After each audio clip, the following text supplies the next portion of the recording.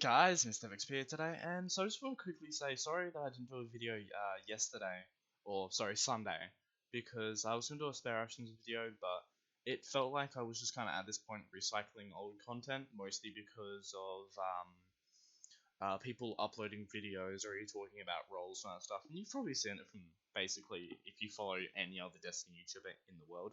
So, first things first, let's start this video. First things I need are gameplay and lo-fi, just generally because it sounds good and I like it. Alrighty, so today we're talking about Reckoning, because Reckoning has basically been my life for the past it's not too bad, probably like about last 2 weeks I think. So I'm a little bit late to the party, but Reckoning got buffed recently, and this was to do with how bad it was generally. It kind of sucked, drop rates sucked, and mostly just generally it was just a bad game mode at this point.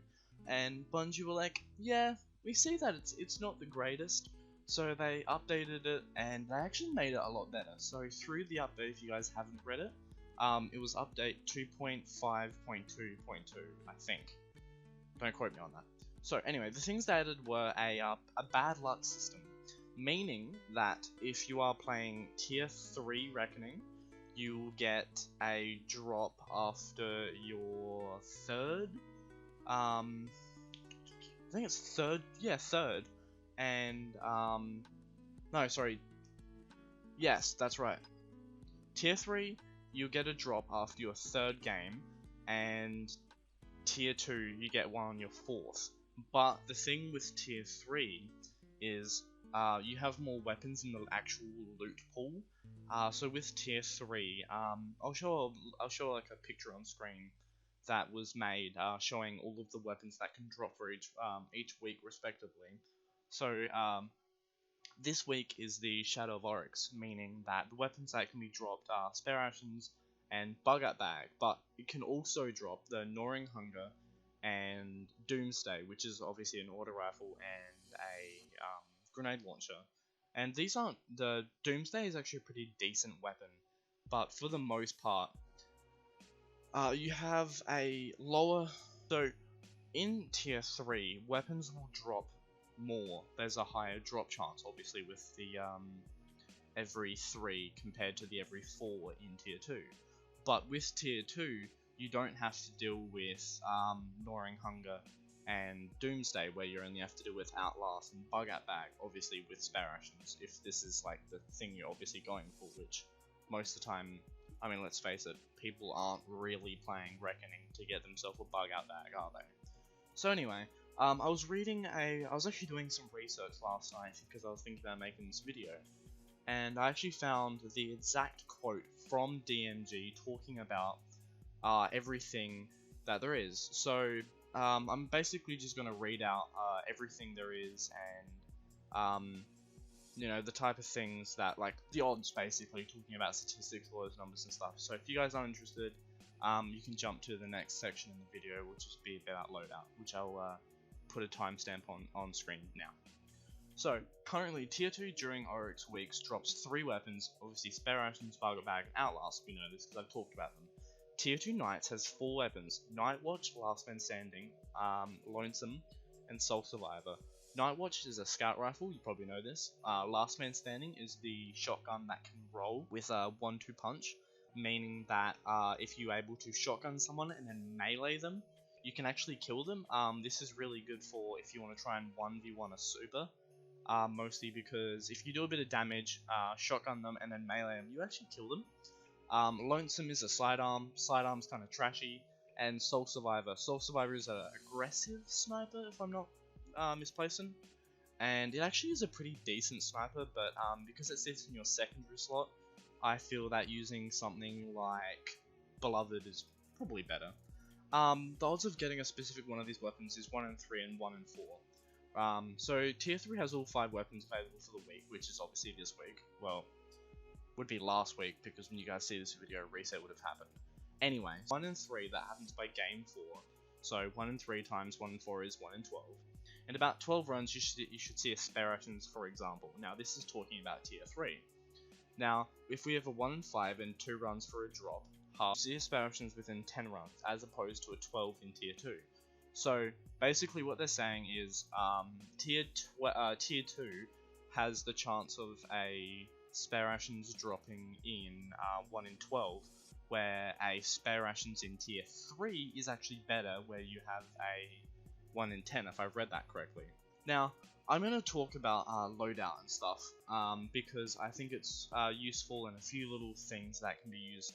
But from what I'm seeing, actually, yeah, this is pretty true. I find tier 3 to be basically better, but I've heard a lot of actual content creators, Twitch streamers, who all have actually said doing tier 2 is actually better, mostly because with tier 2, obviously, you do have a lower drop chance, yes, but you also do have is better because you have a lower, you have less weapons that you can get, but you also have less chance of actual weapons dropping.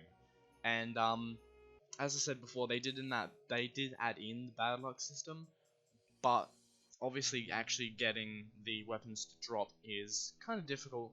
So anyway, with that, I'm going to transition into talking about loadout. So this will basically be about when I'm running Reckoning, which obviously you're probably watching Reckoning gameplay now.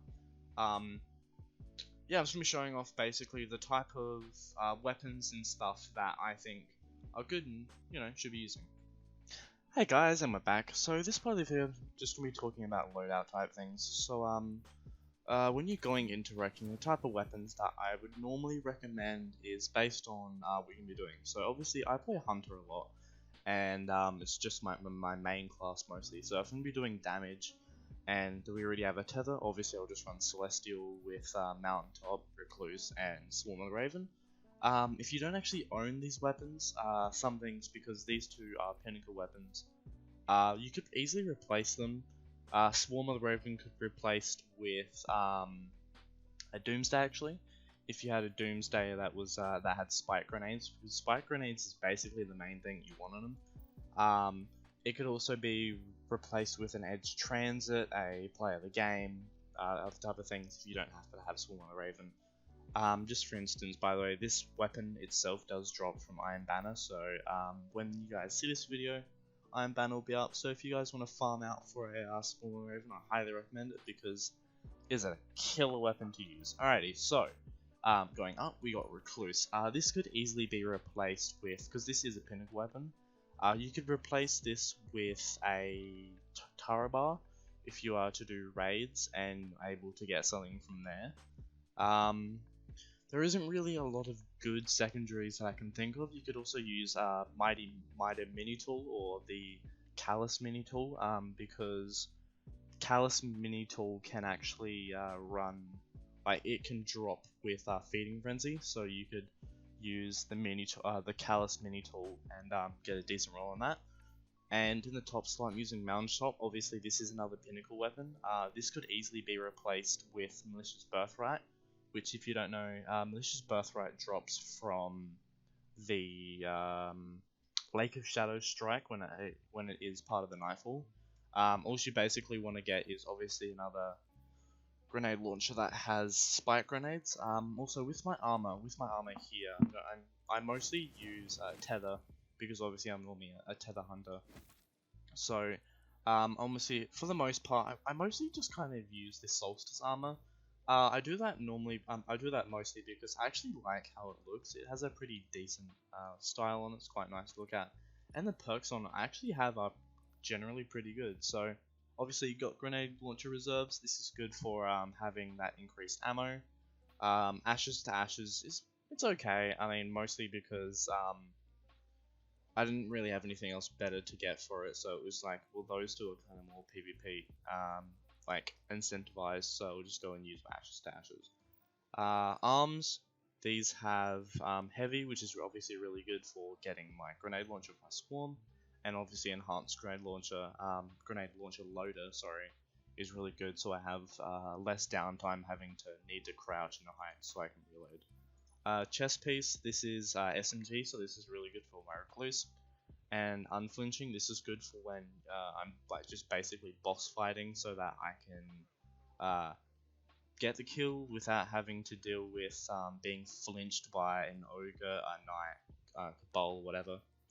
And obviously got my boots on, and here I'm just basically just using something with grenade launcher reserve. You could easily replace this with a cape that would have SMG, submachine gun reserves. This could be also really good, so you have obviously higher secondary just ammo, I guess. If I was going to be doing damage and I wasn't tethering, I would put on my these boots here. These are more grenade launcher, dexterity, and submachine gun. Obviously, those are pretty good for that combo. And then I just put on my Celestial Nighthawk, and yeah, those are the main things. I normally go top tree, so that I can. Sorry, not top tree, bottom tree. So you have the more damage, I guess, when you hit the crits. So with optimization, one of the main things that I would recommend for using is, if you're playing Hunter, basically just tether everything. Things I see a lot happen is someone will be playing Orpheus and they'll be doing all the tethering, which is completely fine, it's good.